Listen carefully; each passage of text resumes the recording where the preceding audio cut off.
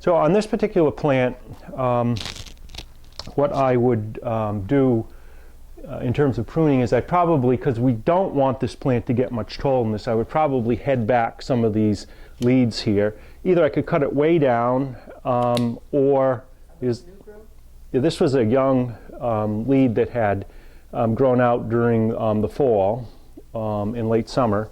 There's a flower buds forming on that one. Might come back in here. See, we want to kind of bring this back, and you can make cuts and leave the stems, because these stems here will throw out some more growth. Or in the case that you wanted to really head the plant down, you could cut that off right flush with the older wood.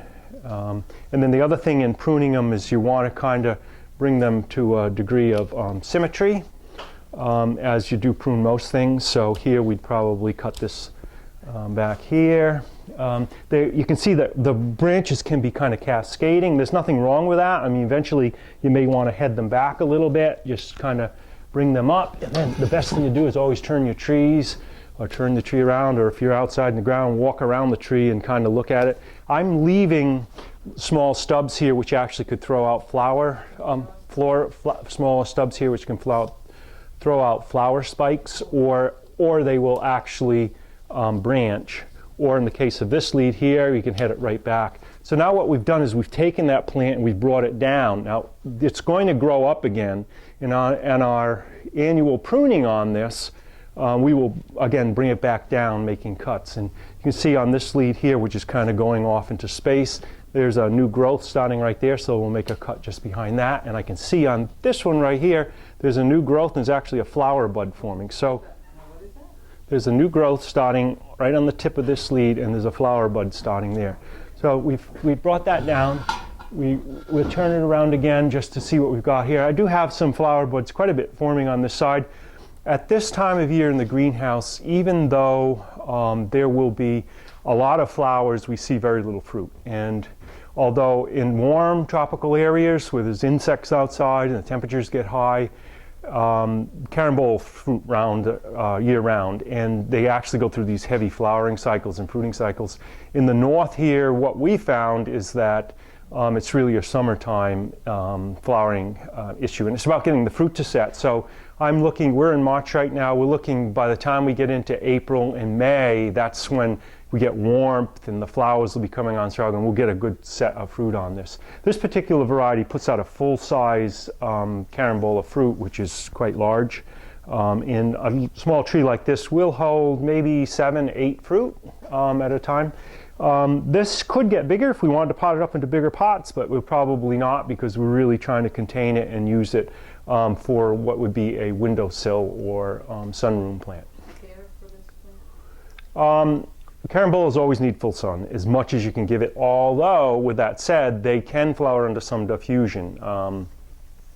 It's better in the north to give them as much sun as you possibly can. If you can, move them out in the summertime to give them the outdoors to grow in. And we grow these these are grown in a warm house. You can grow them in a colder greenhouse.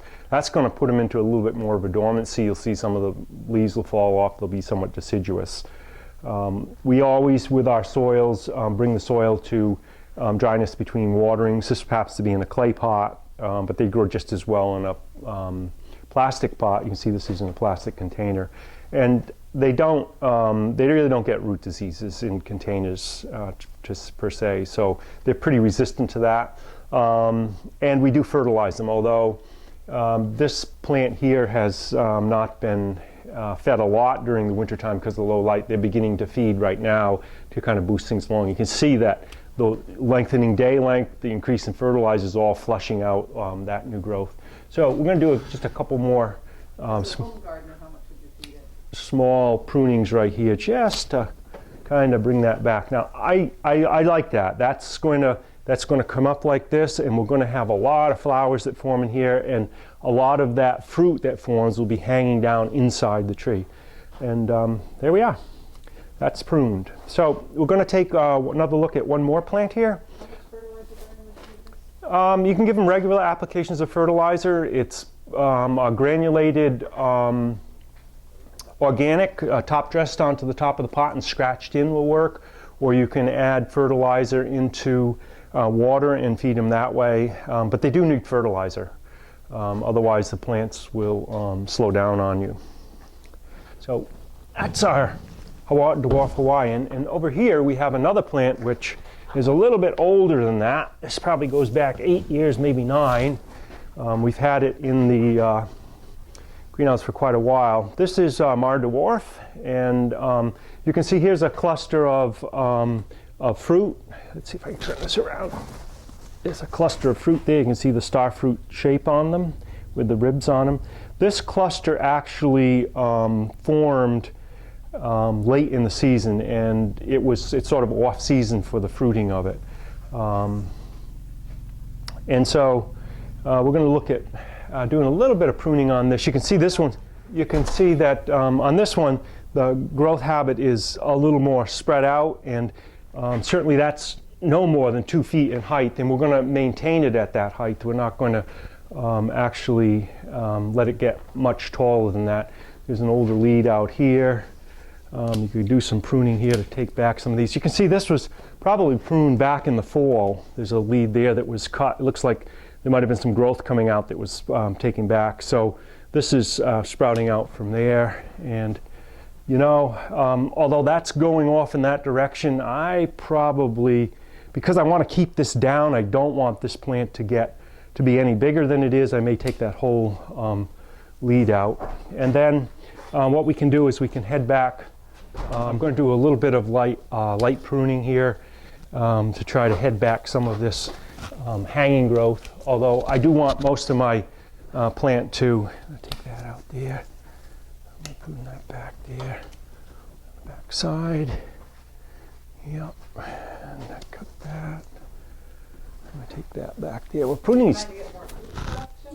But most of this is about containment, because these limbs that grow down here, they don't grow that fast. There's not a lot of vigor. It's this top stuff that really reaches out. And all this growth that's forming, that's starting to flush now, there'll be another set of flowers that flush out of this. As you can see, this was back on an older wood. Both of these, you know, the growth is this long, and it flowered 3 inches or 4 inches from where their growth initiated. So that's it. You can do cutbacks like that just to head things back, and most of this growth will actually force, you know, more growth out. And what we're really doing is we're just trying to contain. That needs to get cut. We're just trying to contain this plant. So now we have points of growth here where all these prunes are done. This will again flush out like that. These will grow some more, and during the summertime, when we get into that May cycle, that heavy flowering with the warmth will actually bring the flowers on in the fruit. So that's our pruning and care for carambola.